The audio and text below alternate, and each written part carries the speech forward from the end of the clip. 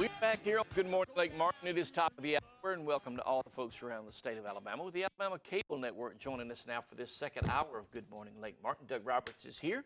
We also welcome a guest to our show. I believe this is her first time with us, Miss Barbara Buchanan. And good morning. Good morning. And how are you? I'm very good. Good morning, Doug. Good morning.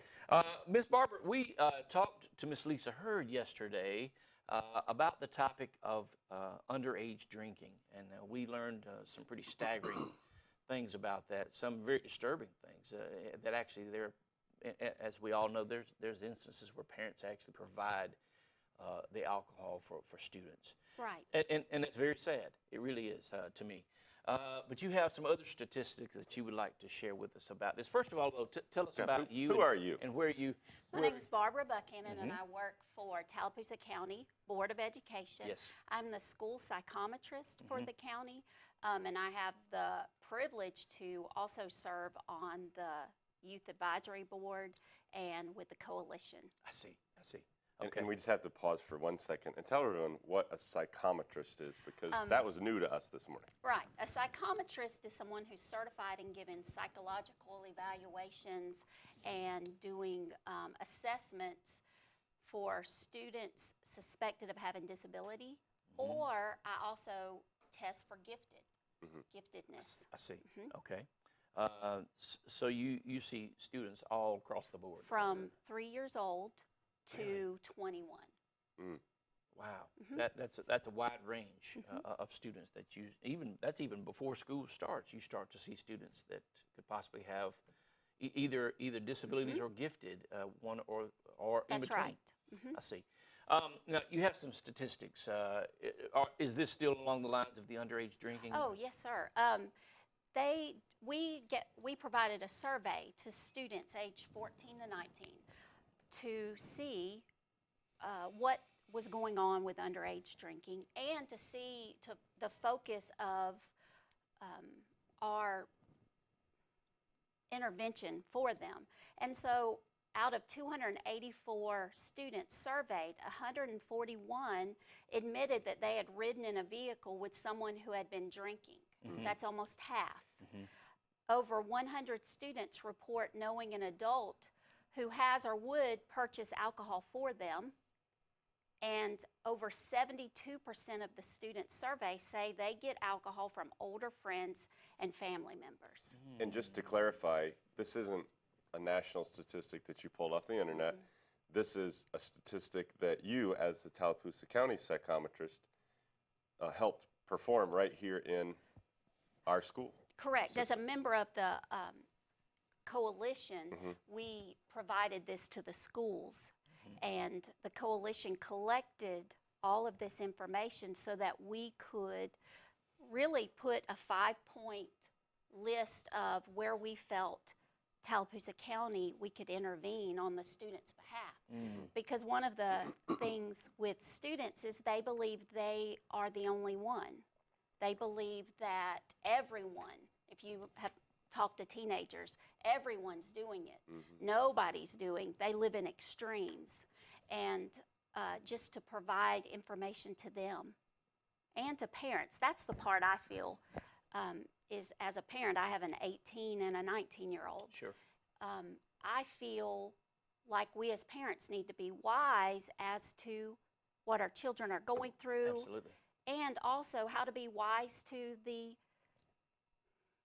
temptations that they deal with. Not only in just alcohol, but drugs or any other thing, even the internet. There's things that we need to be aware of.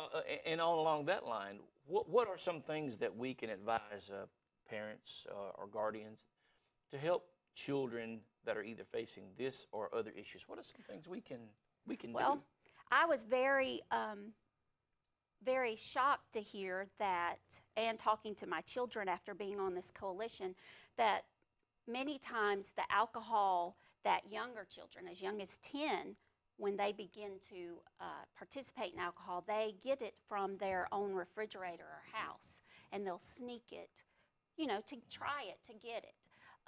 And one thing to tell parents is that if you would just count your beers, keep track of what you have in your house, and just as you would if you had maybe even pain pills or things like that. Keep track of what you have so that you can know if any of that's going on.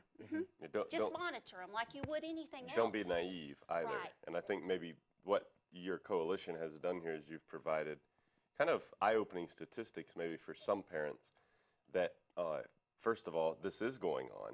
And second of all, that a lot of it's coming from the parents. Or family members or other people. Yeah, absolutely. Because I don't think sometimes they realize, oh, what's a couple of drinks? It's not going to hurt them. But it may not stop at that. It may escalate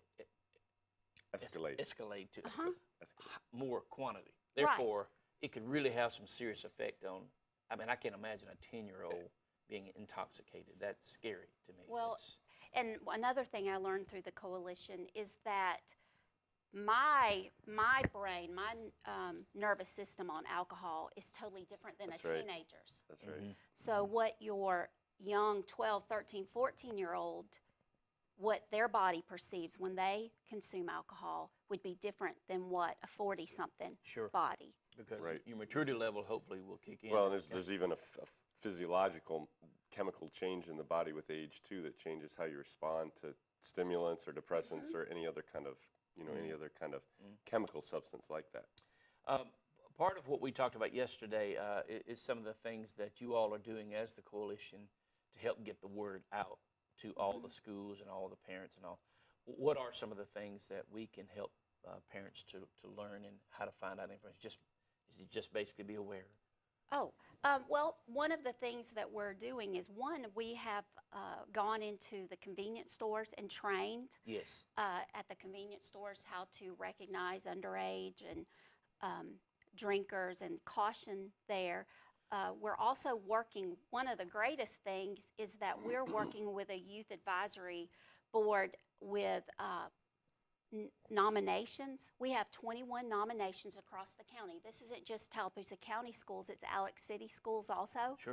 And we're working with students between age 13 and 19, but our youth advisory board are seniors who are going to go into the middle schools and work with that key age of students. 7th and 8th grade. And that's, I mean, there are the extreme, the 10-year-olds that drink. But I have a son who's 14. He's just left the middle school, going to the high school. I had 3 children go through the school system here in Alexander City. And the real pressure, the peer pressure, the temptation really starts in middle school to begin to participate in underage drinking. That's when it hits hard. So, and then that pressure, increases as you go through high school, as you get older. And you mentioned the training. You assume that store owners know, and I think they're informed that it's actually against the law, first of all, to sell to an underage person. But it's probably good to give reminders. I mean, as you say, by the way, remember now, it is against the law for you to sell. But y'all have heard of things called fake IDs. Oh, yeah. No, what's that? Have heard of those things. Right. And so it's not like you won't have a 14-year-old coming in and saying, and I'll tell you, when I was 14, at least I know girls, for example, 14-year-old girls looked 14. Nowadays, young people, men and women, you don't know if they're 14 or they're 20. Correct. So it is easy visually to make a mistake like that. So that's where the training for these store owners and the IDing is so important. Part of that responsibility with store owners, though, is they do check those IDs. They do. And they're required to do that, aren't they? And they're willing. They're willing to do that. And also the students that were nominated by the administration and community leaders, they are willing to say, I choose not to. I refuse to drink, or I refuse to do this. And they're willing to go in and say that.